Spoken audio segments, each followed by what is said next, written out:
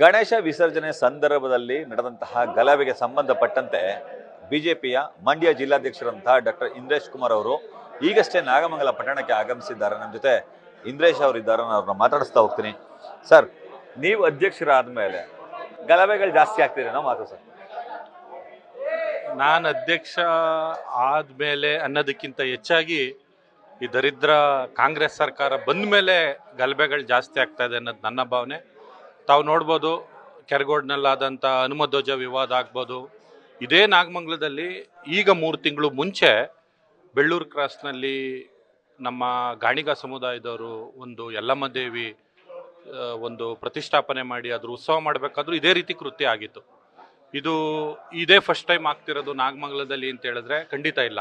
Last ಸರಿನೂ ಕೂಡ ಇದೇ ಮುಸ್ಲಿಮರು ಎಲ್ಲರೂ ಕೂಡ ಲಾಸ್ಟ್ ಟೈಮು ಕೂಡ ಈ ಗಣಪತಿ ವಿಸರ್ಜನೆ ವೇಳೆಯಲ್ಲಿ ಅಡ್ಡಿಪಡಿಸಿರೋದಂಥ ಉದಾಹರಣೆಗಳಿದ್ದವು. ಈ ಸರ್ಕಾರಕ್ಕೆ ಇಂಟೆಲಿಜೆನ್ಸೇ ಇಲ್ವಾ, ಅಥವಾ ಈ ಸರ್ಕಾರ ಬಂದ ಮೇಲೆ ಆ ಒಂದು ಕೋಮುಗೆ, ಆ ಒಂದು ಅಲ್ಪಸಂಖ್ಯಾತರಿಗೆ ರಕ್ಷಣೆ ಕೊಡಬೇಕು ಅನ್ನೋ ದೃಷ್ಟಿನಲ್ಲೇ ಮಾಡ್ತಾ ಇದ್ದಾರಾ?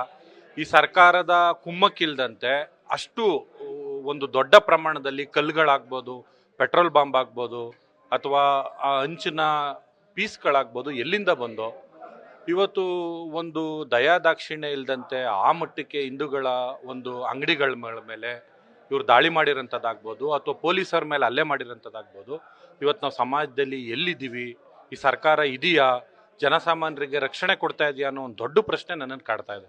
ಕೇವಲ ಒಂದು ಸಮುದಾಯಕ್ಕೆ ಮಾತ್ರ ಹಾನಿ ಮಾಡಿಲ್ಲ ಅಥವಾ ಹಾನಿ ಆಗಿಲ್ಲ, ಮತ್ತೊಂದು ಕೋಮಿನವರು ಕೂಡ ಗಲಾಟೆಯನ್ನ ಮಾಡಿದ್ದಾರೆ ಅನ್ನೋದು ಉಸ್ತುವಾರಿ ಸಚಿವರು ಹೇಳಿದ್ದು. ಎಲ್ಲರನ್ನೂ ಕೂಡ ನಾವು ಸಮಾನವಾಗಿ ಪರಿಗಣಿಸ್ತೀವಿ, ತಪ್ಪಿತಸ್ಥರಿಗೆ ಶಿಕ್ಷೆಯನ್ನು ಕೊಡ್ತೀವಿ. ಬಟ್ ಬಿಜೆಪಿ ಅವ್ರು ಬರಲಿ, ಇದ್ರಲ್ಲಿ ರಾಜಕಾರಣ ಮಾಡೋದು ಬೇಡ ಅಂತ ಅವ್ರು ಹೇಳ್ತಾರೆ. ನಾವು ರಾಜಕಾರಣ ಮಾಡೋಕ್ಕೋಸ್ಕರ ಇಲ್ಲಿ ಬಂದಿಲ್ಲ, ರಾಜಕಾರಣ ಮಾಡೋಂಥ ಅವಶ್ಯಕತೆನೂ ನಮಗಿಲ್ಲ. ಇಡೀ ಜನ ಇವತ್ತು, ಕರ್ನಾಟಕ ಜನ ಇವತ್ತು ಇಡೀ ಸರ್ಕಾರಕ್ಕೆ ಶಾಪ ಆಗ್ತಾ ಇದ್ದಾರೆ. ಈ ಸರ್ಕಾರ ಬಂದ ಮೇಲೆ ಬೆಲೆ ಏರಿಕೆಗಳಾಗ್ಬೋದು, ಅಥವಾ ಇವ್ರು ಮಾಡ್ತಾ ಇರೋಂಥ ಭ್ರಷ್ಟಾಚಾರಗಳಾಗ್ಬೋದು, ಪ್ರತಿಯೊಂದು ಕೂಡ ಎಲ್ಲೇ ಇಲ್ದಂತೆ ನಡೀತಾ ಇದೆ. ಆದರೆ ನಾನು ಈ ವಿಷಯದಲ್ಲಿ ಪಕ್ಷಾತೀತವಾಗಿ ಈ ಹಿಂದೂಗಳ ಮೇಲೆ ಏನು ಹಲ್ಲೆ ನಡೆದಿದೆಯೋ ಅದನ್ನು ನಾವು ಖಂಡಿತ ಖಂಡಿಸ್ತೀವಿ. ಇವತ್ತು ನಮ್ಮ ರಾಜ್ಯಾಧ್ಯಕ್ಷರಾದ BY ವಿಜಯೇಂದ್ರಣ್ಣವರು, ನಮ್ಮ ವಿರೋಧ ಪಕ್ಷದ ನಾಯಕರಾದಂಥ R ಅಶೋಕ್ ಅವರು, CT ರವಿ ಅವರು, ಅಶ್ವಥ್ ನಾರಾಯಣ ಅವರು, ಪ್ರತಾಪ್ ಸಿಂಹ ಅವರು ಎಲ್ಲರೂ ಕೂಡ ಇವತ್ತು ನಾಗಮಂಗಲಕ್ಕೆ ಆಗಮಿಸ್ತಾ ಇದ್ದಾರೆ. ಯಾರೇ ತಪ್ಪಿಸ್ತಿರಲಿ ಅವ್ರ ವಿರುದ್ಧ ಕ್ರಮ ಆಗಬೇಕು. ಏನು ಇವತ್ತು ಸಾರ್ವಜನಿಕ ಆಸ್ತಿ ಪಾಸ್ತಿಗಳು ನಷ್ಟ ಆಗಿದೆ, ಅವಷ್ಟಕ್ಕೂ ಕೂಡ ಈ ಸರ್ಕಾರ ಬರ್ಸೋವಂಥ ಕೆಲಸವನ್ನು ಮಾಡಿಕೊಡ್ಬೇಕು. ಇವತ್ತು ಯಾವ ಒಂದು ಕೆಳಮಟ್ಟಕ್ಕೆ ಈ ಸರ್ಕಾರ ಇಳಿದಿದೆ ಅಂದರೆ, ನಾವು ಏನಾರು ಆಗಲಿ ಅಲ್ಪಸಂಖ್ಯಾತರ ರಕ್ಷಣೆ ಅಷ್ಟೇ ನಮ್ಮ ಮುಖ್ಯ, ಅವ್ರನ್ನ ಓಲೈಕೆ ಮಾಡೋದಷ್ಟೇ ಮುಖ್ಯ, ಅವ್ರ ಮತ ಬ್ಯಾಂಕ್ನ ಗಟ್ಟಿ ಮಾಡ್ಕೊಳ್ಳೋದಷ್ಟೇ ಮುಖ್ಯ ಅನ್ನೋ ದೃಷ್ಟಿನಲ್ಲಿ ಇವತ್ತು ಕಾಂಗ್ರೆಸ್ ಸರ್ಕಾರ ನಡ್ಕೊತಾ ಇರೋದು ನಿಜಕ್ಕೂ ದುರದೃಷ್ಟಕರ. ಗಲಾಟೆಯಲ್ಲಿ ನಮ್ಮ ಮಕ್ಕಳ ಭಾಗಿಯಾಗಿರ್ಲಿಲ್ಲ ಅಂತಂದ್ರಲ್ಲಿ ಠಾಣೆ ಕರ್ಕೊಂಡು ಬಂದಿದ್ದಾರೆ ಅಂತ ಹೇಳಿ ಕೆಲವು ಮಹಿಳೆಯರು ಠಾಣೆ ಎದುರು ಪ್ರತಿಭಟನೆ ಮಾಡುವಂತ ಕೆಲಸಕ್ಕೆ ಮುಂದಾಗ್ತಿದ್ದಾರೆ ಸರ್. ಅಂದ್ರೆ ಹಿಂದೂಗಳು ಇದ್ದಾರೆ, ಮುಸ್ಲಿಮರು ಇದ್ದಾರೆ. ಅದರಲ್ಲಿ ಹಿಂದೂಗಳು ಹೇಳೋದು ನಾವು ಬಂದೇ ಇರಲಿಲ್ಲ, ಗಲಾಟೆಲಿ ಇರಲಿಲ್ಲ, ಗಣಪತಿ ವಿಸರ್ಜನೆಗೆ ಹೋಗಿದ್ವಿ, ಆದ್ರೂ ಕೂಡ ನಮ್ಮನ್ನು ಕರ್ಕೊಂಡು ಬಂದಿದ್ದೀವಿ ಅನ್ನೋ ಥರದಲ್ಲಿ ಮಾತಾಡ್ತಿದ್ದಾರೆ. ನಿನ್ನೆ ನಮ್ಮ ನಗರಾಧ್ಯಕ್ಷರಾದ ಸಂತೋಷ್ ಅವ್ರ ಮೇಲೂ ಕೂಡ ಹಲ್ಲೆ ಆಗಿದೆ. ಅದ್ರ ಜೊತೆಗೆ ಏನು ಆ ಬದ್ರಿಕೊಪ್ಲು ಗ್ರಾಮದಲ್ಲಿ ಪ್ರತಿ ಮನೆಗಳಿಗೂ ಹೋಗಿ ಅಮಾಯಕರನ್ನೆಲ್ಲರನ್ನೂ ಅರೆಸ್ಟ್ ಮಾಡುವಂಥ ಕೆಲಸಗಳಾಗ್ತಾ ಇದೆ.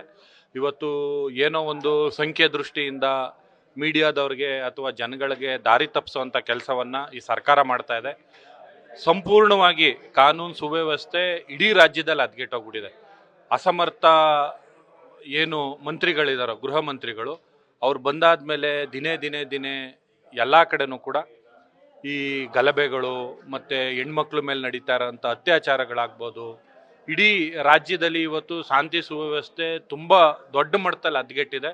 ಅದಕ್ಕೆ ಕಾರಣ ಈ ಅಸಮರ್ಥ ಸಚಿವರು, ಗೃಹ ಸಚಿವರು ಮತ್ತೆ ಈ ದರಿದ್ರ ಕಾಂಗ್ರೆಸ್ ಸರ್ಕಾರ ಅಂತ ಹೇಳೋದಕ್ಕೆ ಇಷ್ಟಪಡ್ತೀನಿ.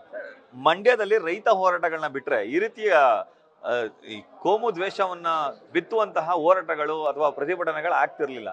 ಬಟ್ ಇತ್ತೀಚೆಗೆ ಹೆಚ್ಚಾಗ್ತಿದೆಯಲ್ಲ, ಯಾಕೆ ಅಂತ ಪ್ರಶ್ನೆ. ನಾವು ಭಾರತದಲ್ಲಿದ್ದೀವಿ, ಇದೇನು ಬಾಂಗ್ಲಾದೇಶ ಅಲ್ಲ ಅಥವಾ ಪಾಕಿಸ್ತಾನ ಅಲ್ಲ. ನಮ್ಮ ಗಣಪತಿ ವಿಸರ್ಜನೆ ಮಾಡೋದಕ್ಕೂ ಕೂಡ ಇವರು ಅಡ್ಡಿಪಡಿಸ್ತಾರೆ ಅಂದರೆ ಇದು ಯಾವ ಮಟ್ಟಕ್ಕೆ ಇವರು ನಮ್ಮ ಹಿಂದೂಗಳಿಗೆ ರಕ್ಷಣೆ ಕೊಡ್ತಾರೆ ಅನ್ನೋದು ಒಂದು ದೊಡ್ಡ ಪ್ರಶ್ನೆ. ನಾವು ಗಣಪತಿ ವಿಸರ್ಜನೆ ಮಾಡಬೇಕಾದ್ರೆ ದಾರಿಲಿ ಹೋಗ್ಬಾರ್ದು, ಇವ್ರು ಮಸೀದಿ ಮುಂದೆ ಹೋಗ್ಬಾರ್ದು ಅಥವಾ ಘೋಷಣೆ ಕೂಗಬಾರ್ದು ಅಂತ ಹೇಳಿದ್ರೆ, ಇನ್ನೊಂದು ಸ್ವಲ್ಪ ದಿವಸದಲ್ಲಿ ಇವರೆಲ್ಲ ಯಾವ್ಯಾವುದೋ ಘೋಷಣೆಗಳು ಕೂಕೊಂಡು ಲಕ್ಷಾಂತರ ಜನ ಒಂದೊಂದು ಸಭೆ ಸಮಾರಂಭಗಳನ್ನ ಮಾಡ್ಕೊಂಡು ಹೋಗ್ಬೇಕಾದ್ರೆ ನಮ್ಮ ಹಿಂದೂಗಳು ಕೂಡ ಇವ್ರ ಮೇಲೆ ಕಲ್ ತೂರಾಟ ಮಾಡೋದು ಅಥವಾ ಚಪ್ಪಲಿ ಹೊಡೆಯೋಂಥ ಕೆಲಸಗಳನ್ನ ಯಾವತ್ತಾದ್ರೂ ಮಾಡಿದ್ದಾರೆ ಇಡೀ ಕರ್ನಾಟಕದಲ್ಲಿ. ಈ ಮುಸ್ಲಿಮ್ಸ್ಗಳು ದಯವಿಟ್ಟು ಅರ್ಥ ಮಾಡ್ಕೋಬೇಕು.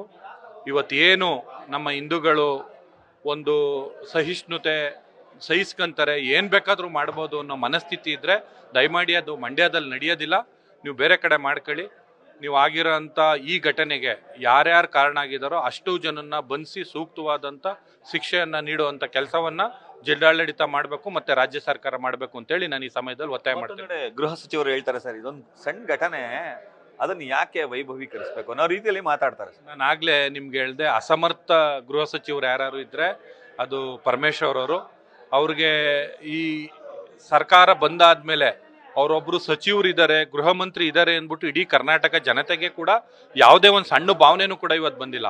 ಅಷ್ಟು ದೊಡ್ಡ ಮಟ್ಟದಲ್ಲಿ ಇವತ್ತು ಎಲ್ಲ ಕೊಲೆಗಳಾಗ್ಬೋದು, ಅತ್ಯಾಚಾರಗಳಾಗ್ಬೋದು ಅಥವಾ ಈ ಥರದ ಕೋಮು ಗಲಭೆಗಳಾಗ್ಬೋದು, ಪ್ರತಿಯೊಂದು ಕೂಡ ದಿನೇ ದಿನೇ ಜಾಸ್ತಿ ಆಗ್ತಾ ಇದೆ.